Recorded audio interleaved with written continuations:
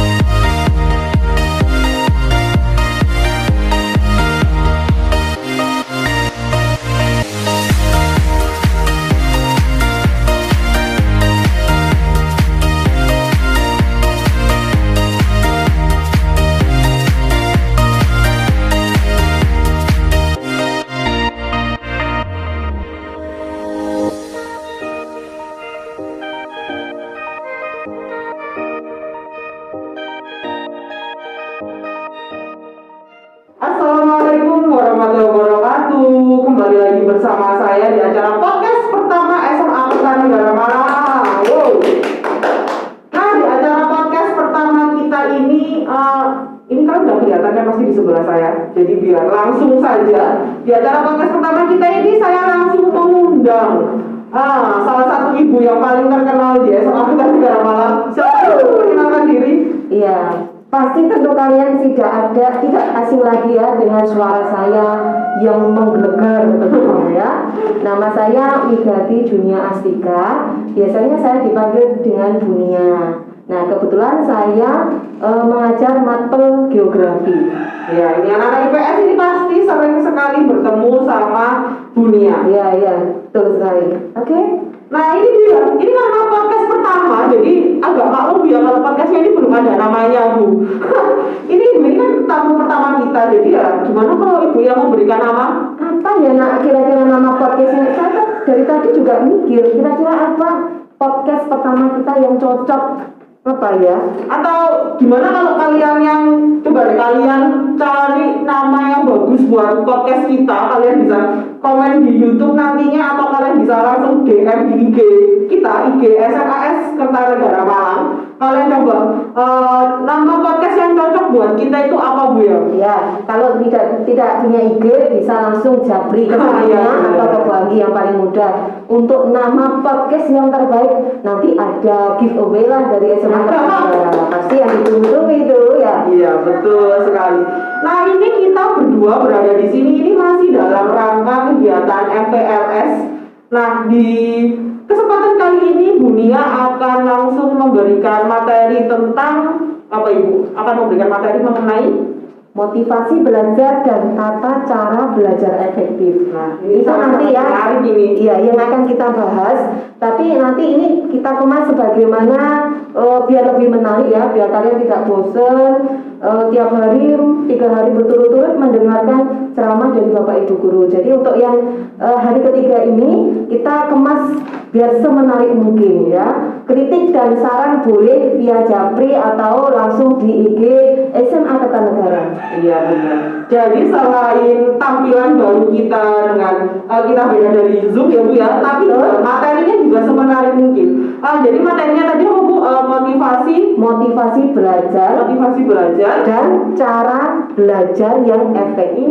Ini ya, kalian lagi butuh motivasi belajar di tengah-tengah belajar daring yang mungkin kalian udah merasa terlalu lama, jadinya udah mulai merasa bosan mungkin, Bu ya. Betul sekali. Nah, ini benar. Jadi kita akan apa ya? Sebenarnya, Bu ya, apa sih permasalahan yang sering muncul ketika di tengah-tengah pembelajaran daring atau di tengah-tengah pandemi ini? Ya, Bu Anggi ini tanya ini sebagai siapa ini? Saya menjawabnya sebagai guru atau wali siswa ini. Oh iya, benar. Karena saya dua-dua sekaligus merasakan loh, Nak. Ya, sebagai guru dulu lah, Bu. Sebagai masalahnya apa? Iya, Kalau sebagai guru begini nak, biasanya saya ini sudah mempersiapkan materi secara mating-mating nih. Apa sih mating-mating itu Bu? Secara baik, sebaik mungkin istilahnya ya. Materi sudah dipersiapkan sebaik mungkin. Nah, ketika hari H, ketika kita menggunakan Zoom, ternyata pesertanya itu tidak lebih dari separuh. Nah, itu nak sedih, nak nyesek itu Bapak Ibu guru. Apalagi kalau kita sudah kemas misalnya ada tugas, misalnya jumlah siswanya 20, yang nongol cuma 3, itu nyesek gitu. Nah, itu yang biasanya terjadi saat kita pembelajaran dari segi Bapak Ibu guru. Ini betul. Tapi kayaknya kayak nggak adil gitu Bu ya sebenarnya kalau misalnya cuma dari segi Bapak Ibu guru, seharusnya kita di sini tuh mengundang siswa juga biar siswa itu bisa menjelaskan sebenarnya apa sih permasalahan yang terjadi sama mereka kok sampai mereka itu kadang-kadang itu nggak ikut pembelajaran online seperti itu Bu ya. Ide bagus itu, ide bagus sekali. Jadi mungkin untuk podcast kita selanjutnya nanti kita akan mengundang perwakilan dari siswa ya terkait dengan motivasi belajar tadi. Apa sih kendala mereka ketika daring ya? Selain dari masalah pulsa benar. Atau dari diri mereka sendiri itu apa sebenarnya yang bikin kita itu kadang-kadang kayak bingung juga mau diapain ini anak itu ya benar. Biasanya kendalanya tuh pulsa, kemudian sinyal, bangun kesiangan, lebih dari itu sebenarnya. Iya sebenarnya. Iya, pasti lebih audit, lebih apa ya? Banyak masalahnya benar. Jadi itu ide selanjutnya biar mungkin nanti kita bertiga bisa di podcast selanjutnya kita bisa berbicara bertiga, sharing atau musyawarah sebenarnya. Gimana sih enaknya belajar daring yang mungkin menguntungkan dari pihak guru juga menguntungkan dari pihak siswanya itu sendiri. Ya, jadi itu kalau tadi ya dari segi Bapak Ibu guru, dari segi kendala kami tuh ketika kami sudah niat memberikan materi, ternyata kehadiran kalian yang kami tunggu itu tidak nongol, itu aduh sedih banget. Iya. Itu kalau dari Bapak Ibu guru. Untuk yang dari segi orang siswa, kebetulan dia juga punya 2 anak yang sekarang juga daring. Satu dari TK. Oh maaf PAUD ya, bisa dibayangkan kan kalau PAUD itu setiap hari harus mendampingi. Dan yang satu kelas 4 SD. Nah, saya sudah mengibaratkan begini, ketika kita di rumah nih, ini sebagai orang tua ya, saya berbicara bukan sebagai guru, saya sebagai orang tua. Ketika kami bangun pagi-pagi, kami sudah menyiapkan nih, orang tua menyiapkan makanan anak dan lain sebagainya, dan sudah membangunkan anak-anak kami. Nak bangun nak, subuh misalnya. Ya, sehingga dibangunkan masih berselimut. Nah, itu sedih tuh. Kemudian sudah dikasih time, dikasih jadwal, sudah kesepakatan. Tapi dari pihak kalian sendiri yang masih berselimut itu tadi, itu juga sedih itu mak-mak itu. Pasti stresnya double. Sudah tugas di rumah semakin banyak, tugas mendampingi kalian juga lumayan wow gitu. Tapi dari kalian sendiri, kurang ada niatan sendiri untuk bangun pagi, untuk mempersiapkan mengikuti Zoom, mengikuti doa bersama misalnya ya, atau sholat duha bersama. Nah, itu sangat-sangat butuh kerjasama juga antara orang tua dengan siswa. Iya, saya setuju itu. Jadi emang kalau misalnya di keadaan yang seperti ini ya Bu ya, seperti ini emang harus dibutuhkan kerjasama yang baik antara itu baik gurunya yang memberikan materi bagaimana, dari orang tuanya juga dan dari siswanya juga. Jadi biar pembelajarannya itu tetap kondusif begitu Ibu ya mungkin ya. Jadi kalau kita gabungkan permasalahan itu tadi sebenarnya cocok sekali dengan materi saya pada hari ini ya. Iya, makanya apa motivasi yang harusnya kita berikan untuk anak-anak sekalian? Itu apa? Itu pertanyaan saya selanjutnya Ibu. Jadi itu ya. Saya tuh mau tanya sih sebenarnya, seberapa penting sih motivasi belajar ini di tengah-tengah pembelajaran secara daring? Seberapa penting anak-anak ini motivasi belajarnya itu kadang-kadang itu kan suka turun itu ya, padahal naik turun ya gitu. Ya. Kalau menurut saya seberapa penting? Penting sekali. Jadi ibaratnya motivasi itu ibarat spirit, kekuatan dari dalam diri kalian untuk menggerakkan hati, pikiran, dan tubuh untuk melakukan sesuatu. Istilahnya sih kalau dari bahasa rangkaian yang tadi bulat tadi, niatan dari diri kalian sendiri ya. Jadi niat yang ada di dalam diri kalian itu kurang ya. Ingat, innamal a'malu binniyat. Segala sesuatu yang akan kita lakukan itu juga tergantung niat kita. Jadi kalian juga harus niatnya ini sebelum kita memulai daring harus dipompa dulu ya. Dipompa sebanyak-banyaknya biar niat itu lurus. Oh, mulai Senin aku harus belajar lagi. Bosen Bu, tiap hari di depan laptop, tiap hari di depan HP. Sama nak ya, tapi kembali lagi meluruskan niat ya, utlubu ilma walau bisin ya. Jadi kalau niatan kita lurus, niat kita mencari ilmu sampai ke negeri Cina, itu adalah perumpamaan yang cukup mendasari buat kita untuk tetap semangat di era pandemi, harus tetap belajar. Iya benar. Jadi di tengah-tengah pandemi ini tuh jangan kita jadi semakin kendor Bu ya, maksudnya belajarnya. Kita jadi itu seharusnya lebih bersemangat lagi karena ya mau gimana lagi, ini kan juga suatu kondisi yang harus kita terima dan kita harus mulai beradaptasi dengan ini semua. Jadi segala aktivitas kita juga harus kita sesuaikan dengan kondisi pandemi, termasuk pola cara belajar. Benar. Nah kalau tadi Ibu sudah menjawab kalau misalnya motivasi belajar itu kan sangat penting. Nah sekarang bagaimana sih Bu cara menumbuhkan motivasi belajar dari anak-anak itu sendiri? Biar anak-anak itu nanti setelah lihat podcast kita ini mereka langsung kayak, wah kayaknya saya habis ini harus belajar deh, kayaknya habis ini saya harus tanya deh tugas apa aja yang belum kayak gitu. Oh gitu. Jadi ini ya anak ya, untuk meluruskan niat tadi kalian harus ingat, sebaik-baik manusia adalah yang bermanfaat buat umat ya. Sebelum bermanfaat ke umat harus ke diri kita sendiri. Sebaik-baik manusia adalah yang bermanfaat untuk diri kita sendiri ya. Ini kaitannya dengan mencari ilmu tadi, utlubu ilma walau bisin. Carilah ilmu sampai ke negeri Cina. Ini perumpamaan yang cukup besar artinya, atau maknanya cukup banyak ya. Jadi untuk kita harus fokus belajar. Nah harus ada niat. Kemudian apa ya yang harus aku lakukan hari ini? Nah itu apa? Itu juga harus kita niatkan dari awal. Iya, jadi sebenarnya itu saya tuh kayak pernah dulu kalau misalnya kalian waktu SD itu kan kayak ada itu jadwal apa sih, kayak jadwal kita sehari-hari, kita harus bangun pagi jam berapa, terus habis itu kita harus ke sekolah. Sebenarnya itu sangat-sangat membantu gak sih Bu untuk kita itu lebih bisa mengkoordinir kegiatan kita gitu. Jadinya kayaknya saya harus ini jadwal ya. Iya benar. Jadi sama kayak materi yang di hari pertama yang disampaikan oleh Pak Wahyu waktu itu saya ingat. Jadi kita harus mulai mendisiplinkan diri dengan cara mungkin ya kalau misalnya kalian zoomnya jam 7, jam setengah 8 ya kalian harus sudah hadir mungkin 15 menit sebelum zoom itu dimulai, seperti itu Bu ya. Sebelum 15 menit sudah hadir itu bukan berarti baru bangun tidur. Jangan. Jadi anak itu jam 8 baru Bu, saya baru bangun.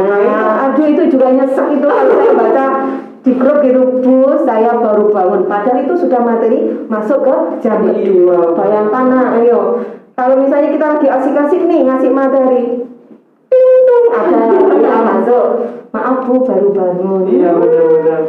Itu ibarat anak saya di depan kudu tak sentil dengan kasih sayang maksudnya. Nah selain dari motivasi belajar anak-anak yang harus selalu ditumbuhkan, mungkin karena kita juga sekarang lagi di masa pandemi seperti ini, mungkin kan cara belajarnya kan juga harus bukan sedikit dirubah, mungkin sedikit berbeda mungkin Bu ya. Kalau yang dulu kan kita kan tatap muka Bu ya. Iya. Tatap muka itu kan jadi kita bisa langsung kayak interaksi, jadi kan lebih enak gitu kan sih Bu. Tapi kalau misalnya dari ini sebenarnya juga kita memberikan kesempatan buat anak-anak untuk tanya langsung, mungkin karena ya itu tadi motivasi belajarnya yang kurang, jadi kadang-kadang mereka itu munculnya suka di akhir-akhir buat absen aja. Jadi yang muncul di akhir itu bukan hanya presensi ya, niatnya. Nah padahal harusnya niatan itu diletakkan di depan sendiri. Nah ketika kita mau belajar melakukan segala sesuatu, niat yang menjadi prioritas pertama. Karena tadi apa? Niat itu menggerakkan hati, pikiran dan perilaku kita atau tingkah laku kita untuk melakukan sesuatu yang sudah kita niatkan tadi. Iya. Berarti pertanyaan saya selanjutnya, bagaimana cara belajar yang efektif yang nanti mungkin bisa diterapkan sama anak-anak di tengah-tengah pandemi ini? Maksudnya di tengah-tengah pembelajaran daring, bagaimana cara belajar yang efektif lah? Oh gitu ya. Ini menurut versi saya dulu ya, Pak. Oh iya. Jadi ini menurut versi dunia. Nanti kalau kalian mau menambahkan sendiri boleh, atau mungkin dari Bu Anggi mau menambahkan juga boleh ya. Yang pertama menurut dunia belajar efektif. Cara belajar efektif yang pertama tadi harus membuat jadwal. Iya benar. Ya kan? Tadi Bu Anggi bilang, Bu saya dulu sejak kecil tuh diajari membuat jadwal loh Bu, bangun jam sekian, kemudian jam sekian-sekian itu harus apa. Nah itu yang memang menjadi prioritas pertama. Cara belajar efektif satu harus membuat jadwal terlebih dahulu ya. Kalau di sekolah jadwalnya juga sudah ada loh. Jadwal misalnya di sekolah ketika daring kita mulainya jam 8 sampai 11.30 ya. Itu sudah sangat singkat sekali dibandingkan dengan ketika kita tatap muka secara langsung. Iya. Yang kedua ya, setelah kita melakukan membuat jadwal tadi, kemudian apa kira-kira yang cocok bagi? Setelah itu mungkin anak-anak itu ya Bu ya, kalau menurut saya nih. Iya. Kalau menurut saya mungkin kalau misalnya kita belajar daring, biasanya itu kan guru-guru itu kan kayak ngasih sedikit tugas buat merefresh sebenarnya mereka itu mendengarkan apa enggak. Nah kadang-kadang ada siswa, kadang ada beberapa anak, bukan semua ya, ada beberapa anak yang numpuk-numpuk Bu tugasnya itu loh Bu. Jadi nggak langsung dikumpulkan, alhasil jadi yang seharusnya satu hari cuma satu tugas, karena mereka tumpuk lah, ketemu sama tugas yang lain, ketemu tugas sama yang lain, tugasnya beranak pinak, nggak dikerjain semua ya. Jadi motivasi belajar efektif yang kedua, jangan terlalu lama di depan laptop atau HP. Ini mengandung arti bukan berarti kalian tidak mengikuti Zoom, oh tidak. Bukan berarti kalian tidak mengikuti presensi, tidak. Jadi kalian harus meminimalkan, tadi kan kalian sudah membuat jadwal, meminimalkan, oh aku jam sekian ini harus ini, Zoom ini, kemudian habis ini ngerjakan yang lainnya. Nah itu menjadi prioritas yang kedua, jangan lama-lama di depan laptop. Yang ketiga, benar yang dikatakan Bu Anggi tadi, ketika ada tugas jangan menunda-nunda tugas ya. Misalnya sebenarnya tugas guru fisika misalnya itu mudah, hanya mengerjakan 2 soal. Iya. Ya, itu segera dilakukan, jangan ditunda. Nanti tunggu 10 menit, 12 menit, 13 menit sampai bisa minggu, jam dan bulan. Jangan begitu ya. Itu akan membuat kalian cepat stres karena semua Bapak Ibu guru memberi tugas. Sebenarnya tugas itu tolak ukur atau flashback dari kalian. Kalian itu menyimak nggak sih materi yang diberikan Bapak Ibu guru? Sebenarnya itu tolak ukurnya ya. Jadi kalau Bapak Ibu guru hanya memberikan tugas 1 atau 2 soal, wajar lah nak. Itu kan hanya ini ya tolak ukur Bapak Ibu guru. Oh kalian ini mengerti tidak materi yang telah disampaikan ya? Betul. Ya. Sudah ada berapa tadi? Ada berapa yang saya sampaikan? Sudah ada apa yang sudah dicatat apa belum? Tadi sempat 3 ya, sudah 3 ya. Sudah 3. Yang pertama tadi apa Bu? Membuat jadwal. Yang kedua, jangan terlalu lama di depan laptop. Yang ketiga, harus segera menyelesaikan tugas. Jadi tugasnya jangan ditunda-tunda. Nah, benar. Jadi itu tadi masih ada lanjutannya loh Bu Anggi. Masih ada Bu. Waktunya masih diberikan enggak? Masih mau silakan. Masih ada ya. Nanti kita sampai sepuasnya Ibu. Maaf ya nak ya. Nomor 4, kalau tadi kalian 1, 2, 3 poinnya sudah dikerjakan, harus membuat hadiah. Apa sih? Membuat reward untuk diri kita ya. Jadi membuat rewardnya untuk apa? Kalau kalian sudah 1, 2, 3 tadi sudah selesai melaksanakan, kalian harus membuat reward untuk dirinya sendiri, memberikan hadiah istilahnya ya. Hadiahnya apa Bu? Kalau masing-masing anak tentu berbeda ya. Kalau dunia ibaratnya me time-nya gitulah. Me time kalian tuh apa? Tapi saya sih nggak pengennya dengar jawaban ngegame tuh. Saya kok kurang cocok ya kalau mitan kalian semua jawab ngegame semua. Dan kalau bagus selama itu berbanding lurus dengan tugas-tugas mereka itu kayaknya nggak masalah. Oh gitu ya, kalau menurut kalian boleh ya. Kalau menurut saya, Iya. mereka belajarnya 3 jam, kan gamenya 1 jam lah. Bagi ini tadi kan dari anak muda, kalau Bunia kan dari emak-emak kan ya.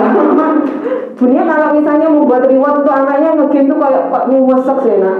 Jadi biasanya kalau Bunia ini ngajak rewardnya ke anak, saya bikin sesuatu dengan dia, misalnya menu kesukaannya, nah dibantu dengan dia melakukan hal tersebut. Biasanya begitu ya. Iya. Tapi untuk masing-masing kalian itu berbeda ya. Iya, Jadi, iya. ya bolehlah tadi, tapi rodok-rodok terpaksa itu. Bolehlah kalian membuat game sendiri, tapi gamenya jangan berjam-jam ya. Iya, setuju. Materinya cuma 3 jam, kamu gamenya 4 jam, terlalu lama lah. Jangan kali itu. Itu kan nanti merusak ujung-ujungnya mental. tugasnya numpuknya 1 tahun kemudian, sama aja kalau kayak Betul gitu. betul sekali ya. Nah, ada lagi Bu yang mau disampaikan? Ada. Apa? Nomor 5, temukan gaya belajarmu. Oh iya, gaya belajar ini sangat penting ya Bu. Ya, gaya belajar ini tentu berbeda-beda setiap anak. Ada 3 nak tipe gaya belajar. Yang pertama audio. Apa audio itu? Apa Ibu audio? Apa ya nak? Kok lali tiba-tiba lali di audio? Audio itu berarti melihat. Iya nggak sih? Audio itu mendengarkan Mendengarkan atau melihat? Mendengarkan. Mendengarkan Iya. audio. Ada 3, ada audio, terus ada apa lagi Bu? Audio mendengarkan, Iya, betul sekali. mendengarkan. Jadi audio, ada anak-anak yang tipe audio ini dia senang mendengarkan. Ketika Bapak Ibu guru ceramah itu Iya. menyimak dengan sesama. Ya. Iya benar. Jadi didengarin dengan seksama. Iya. Terus yang kedua, tipe kinestetik. Jadi ada anak yang ketika diterangkan Bapak Ibu guru, dia bisa melompat-lompat kemana-mana. Tapi dia masuk ke otaknya, dia masuk.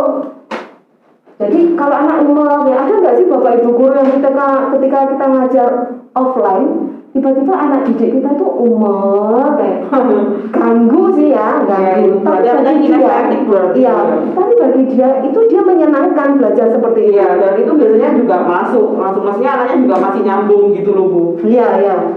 Yang ketiga, tipe belajar visual. Ya, jadi dia senang ketika melihat Iya. tampilan video ataupun praktikum yang terlihat yang diperagakan oleh Bapak Ibu guru ya. Jadi kalian tentukan kalian tipe yang mana? Yang audio, visual, iya. dan kinestetik. Iya. Kalian pilih yang mana? Yang sesuai dengan diri kalian sendiri. Iya. Ya, jadi gitu ya. Ini sedikit pengetahuan tadi. Jadi kalian seharusnya tuh harus tahu sebenarnya gaya belajar kalian ini yang gimana, biar kalian bisa lebih enak untuk materi-materi itu biar bisa lebih gampang masuk ke diri kalian seperti itu. Nah, ini gak kerasa kita sudah sampai di penghujung acara. Sudah sampai di penghujung acara. Mungkin ada penutup atau mau ada kata-kata terakhir? Closing ya? Iya. Closing biasanya siapa? Saya apa jenengan ya? Ini buat kata-kata terakhir buat anak-anak sebelum tinggal 10 menit lagi. Ya. Jadi gini nak, untuk anak-anakku, anak yang solihah, daring ini harus kita hadapi. Ya. Mau tidak mau pembelajaran daring ini harus kita hadapi. Untuk itu kita harus mempersiapkan tadi niat dari dalam diri kalian. Kenapa? Karena pandemi ini tidak pandang bulu usia ya. Iya. Ketika kita sudah niat belajar, insya Allah lurus, mudah-mudahan sama Allah itu dicatat amal kebaikan ya. Kemudian kita harus tetap waspada di era pandemi ya. Kalaupun kita misalnya sering masih nongkrong, nah kurangilah nongkrong-nongkrong yang tidak bermanfaat itu. Kalau keluar jangan lupa 3M, memakai masker, menjaga jarak, dan mencuci tangan. Iya, ya. Ditambah lagi ya sekarang ada itu biar mengurangi mobilitas dan mengurangi mobilitas kita sama menghindari kerumunan. Jadi yang dulunya 3M sekarang sudah diganti jadi 5M tadi. Sudah dijelaskan yang 3M sama dunia. Yang 2M coba deh kita untuk mulai menahan diri untuk tidak keluar kalau misalnya tidak diperlukan. Mari bersama kita jaga rantai COVID-19 Bu ya. Sejalan dengan program pemerintah PPKM, saya juga harus tahu waktu karena ada pembatasan sampai jam 8 malam. Karena sekarang ini untuk Bunia nih, kebetulan Bunia tinggalnya di Singosari, jadi akses jalan menuju ke kota itu semuanya ditutup Bu. Ya, jadi kalian yang tinggalnya di luar kota Malang ya, itu pasti akses jalan juga ditutup. Nah, itu juga harus dipikirkan, mengurangi mobilitas yang tidak penting tadi ya. Iya, setidaknya dengan menjaga diri kita itu kita pasti juga akan menjaga lingkungan di sekitar, menjaga orang-orang di sekitar. Menyayangi diri kita, termasuk menyayangi orang lain juga. Nah, oke, terima kasih Bu Nia atas waktunya bisa hadir di sini. Semoga kedepannya podcast ini akan tetap terus berjalan, bukan hanya dengan saya nanti MC-nya, mungkin nanti bisa Bu Nia atau bisa anak-anak yang memiliki potensi di bidang broadcast. Nah, SMA Kertanegara semoga maju bersama, hebat semua, mandiri berprestasi. Terima kasih. Assalamualaikum.